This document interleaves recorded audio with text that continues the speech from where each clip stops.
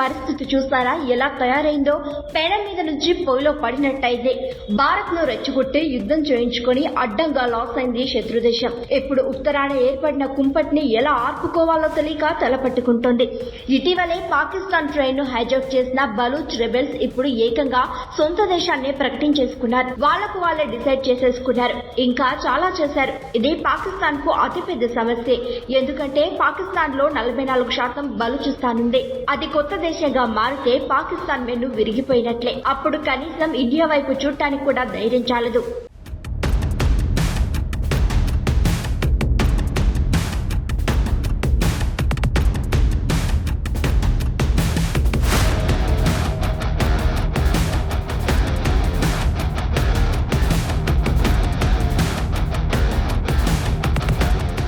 బలూచిస్తాన్లోని Baloch liberation army ఇటీవల 51 ప్రాంతాల్లో 71 దాడులు చేసినట్లు తెలిపింది.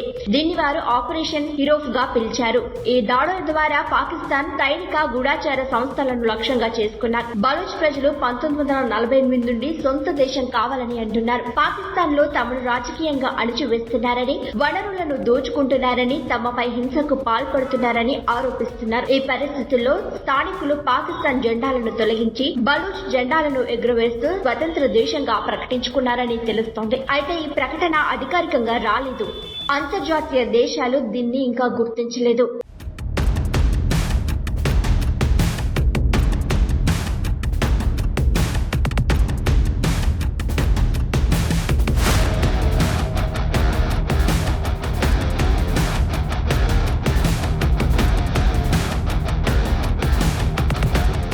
పాకిస్తాన్ లో 44 భూభాగాన్ని కలిగి ఉంది బలూచిస్తాన్. అయితే జనాభా కేవలం 5% మాత్రమే.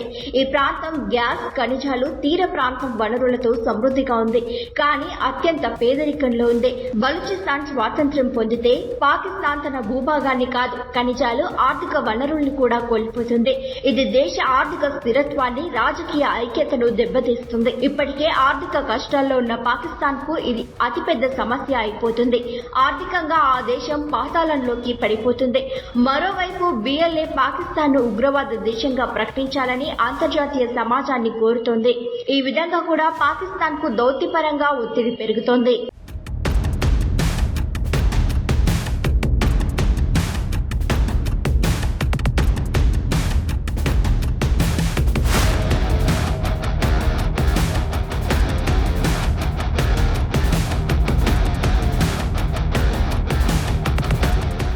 బలూచ్ నాయకులు ఇండియాతో సంబంధాల కోసం ప్రయత్నిస్తున్నట్లు ప్రచారం మొదలైంది. బలూచ్ నాయకుడు ఇండియా నుంచి ఆయుధ సహాయం కోరినట్లు సోషల్ మీడియాలో ఒక పోస్ట్ లో తెలిపారు.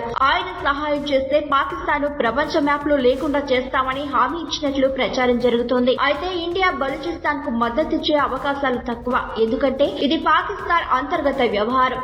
ఇందులో ఇండియా జోక్యం చేసుకోదు. కానీ ఇది వరకు ఇండియా బలూచిస్తాన్ స్థానికులకు మద్దతు ఇచ్చినట్లు ఆరోపణలున్నాయి. ఇప్పుడు అలాంటి ప్రయత్నాలు జరిగితే పాకిస్తాన్ తో భారత్ ద్వైపాక్షిక సంబంధాలు మరింత దెబ్బతినొచ్చు. ఇండియా బలూచిస్తాన్ కు అనుకూలంగా వ్యవహరిస్తే పాకిస్తాన్ దీన్ని ఆగ్రహంగా భావించొచ్చు. ఇది దౌత్యపరమైన ఘర్షణలకు దారితీయొచ్చు. ఇండియా అమెరికాతో బలమైన సంబంధాలను కలిగి ఉండగా పాకిస్తాన్ కు చైనా, టర్కీ తోడుగా నిలుస్తున్నాయి. అందువల్ల బలూచిస్తాన్ విషయంలో భారత్ జాగ్రత్తగా వ్యవహరించాల్సిన అవసరం కనిపిస్తోంది. గల్ఫ్ దేశాలు ఇటీవల భారత్ పాకిస్తాన్ ఉద్రిక్తతలు తగ్గాలని ఆశించాయి. కానీ బలూచిస్తాన్ సమస్య కొత్త సవాళ్లను తెచ్చేలా ఉంది.